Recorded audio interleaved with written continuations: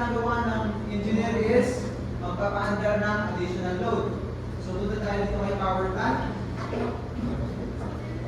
Sa tingin kay power plant, puntahan natin yung isang display, yung isang monitor. Double check natin kung nakabukas ba itong mga valves. Yung nasa taas na valve ng digito is air inlet. The other one is fuel. So make sure dapat natin nakabukas yung dalawa bago tayo magpaandar ng generator. So since nakabukas naman na, balik ako sa isang monitor, i-off ko yung preload. Based dito sa checklist ninyo ha. Off ko yung preload. Lagay ko yung mode to manual. Start mode to manual and then engine control to start. I-press ko siya for more than 3 seconds. 3, okay. Then after that, wait natin na mag-stabilize yung RPM niya.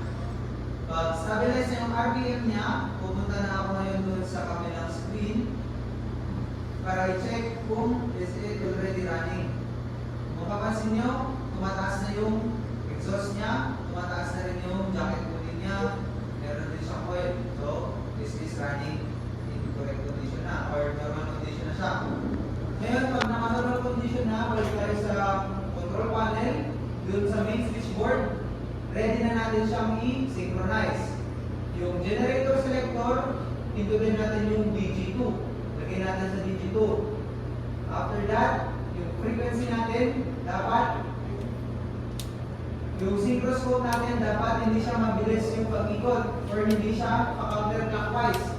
It should always be clockwise ng ganyan yung speed. Sobrang bilis, adjust mo lang yung frequency adjuster dito sa gilid, sa DG2. I-plus mo siya kung kailan mo ng plus. Kung sobrang taas naman, i-minus mo lang siya. Just like so, okay? So, but since our purpose, okay na yan siya, hintayin lang natin na mag-11 o'clock, then pipindutin natin yung DG2 breaker to on. Kita nyo?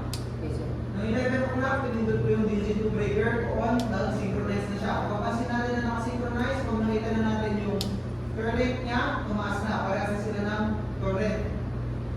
To make sure na nakaparallel na siya, kung tayo dito sa power plant control panel or doon sa isang screen natin, makikita natin, parehas na silang may load na 0.08 megawatts or MW.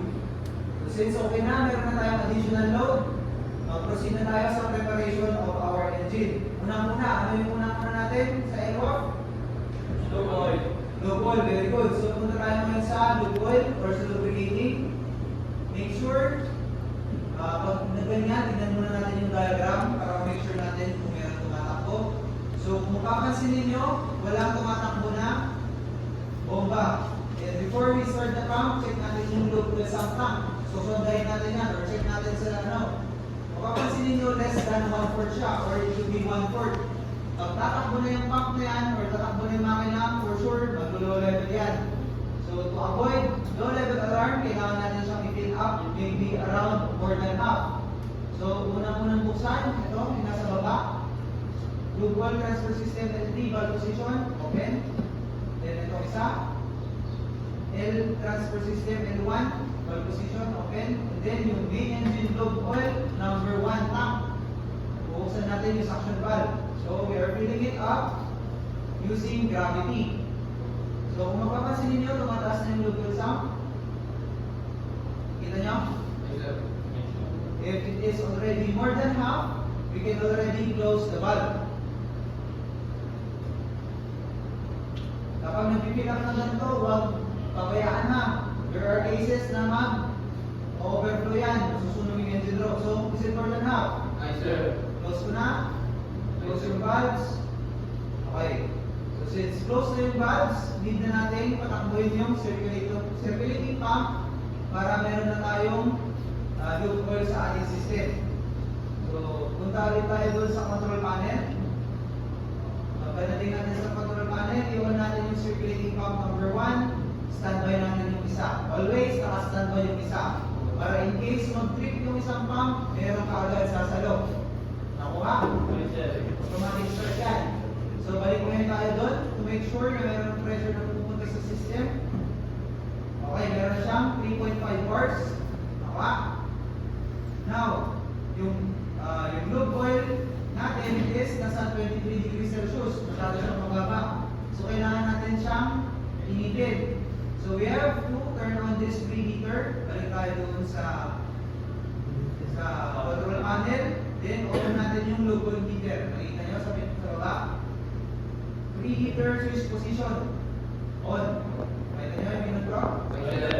Pag naka-on na yan, balik tayo doon sa diagram. Check natin kung tumataas na ba yung temperature.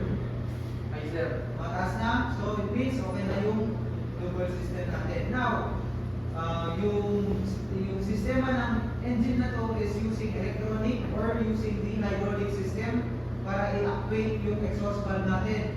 So, we have to turn on also this high or yung hydraulic power supply natin para meron tayong pang-activate sa ating exhaust valve and fuel injector. Yung LOHPS pump number 1 lagay sa on. Tapos yung number 2 saan? Standby. Very good. So since okay na siya, double check natin ulit doon sa diagram kung okay na yung system natin. So meron na siyang pressure, meron na siyang temperature. Gagawin natin next is ano? Sa EWAC. Water. Punta na tayo sa water. Diretso tayo doon sa cooling. So dito sa cooling, unang sinecheck is yung diagram kung tama ba yung line-up niya. Bago magbukas ng mga bomba, make sure na naka-line up ng maayos yung valves. So for this one, ang ginagamit niya is yung port side na switches. So okay naman, lang, ang ginagamit niya pa rin is yung auxiliary na pump. Auxiliary na pump na to is maliit lang. So, madami na tayong hihingin kasi tatakbo lang yung engine. So, need natin ilipat sa main cooling seawater. So, paano maglipat ng pump? Ganito. Punta tayo sa control panel. I-on muna natin yung ilipatan natin. Standby natin yung standby pump. Then, i-off yung seawater auxiliary pump. Mag-alarma yan, pero confirm lang natin, makawala lang din yan. Confirm lang yung alarm. Yan, wala na. Next, i-review naman natin yung sa freshwater side niya. Freshwater diagram dun sa taas. Check natin kung meron na bang pupunta sa engine. Meron ba? Wala. Wala pa kasi nga 20 degrees Celsius tapos 0.0 bar. Wala pang tumatakbo kasi hindi nakapara yung HD or yung high temperature pump natin. Tapos mapapansin natin dito sa left side, yung auxiliary pump pa rin ang tumatakbo. So kailangan din natin siyang ilipat sa ating low temp main or main low temperature pump. So balik tayo sa control panel. On natin yung LP pump number 1, standby yung isa. Then off natin yung auxiliary pump. Since nakita natin kanina, hindi rin tumatakbo yung HD or yung high temp na cooling natin, on natin yung isa, standby natin yung isa. Nakuha? Nakuha ba? Balik tayo doon, double check natin kung mataas pa yung temperature o kung meron namang pressure. Mapapansin natin, meron 0.5 bars. But unfortunately, yung temperature is 20 degrees Celsius. Masyadong mababa yan sa our cylinder liner or cylinder head. So, kailangan natin pandirin yung preheater para hindi mag-leak yung cylinder head natin. Balik tayo ngayon dun sa control panel. I-on natin yung HP heater. Naka-on na yung heater. So, we expect na tataas na yung temperature. But let's see. Tumaas ba yung temperature? Hindi. Kasi nakabukas to bypass valve. So we have to close itong bypass valve. Now, it is now going up. Okay na? So dapat sarado yung bypass valve pa. So since okay na yung cooling natin, ano yung sunod? Air. Yun naman tayo ngayon sa air. So balik tayo dun sa muna. Tingnan natin yung i-confirm lang natin para mawala yung alarms. Compressed air.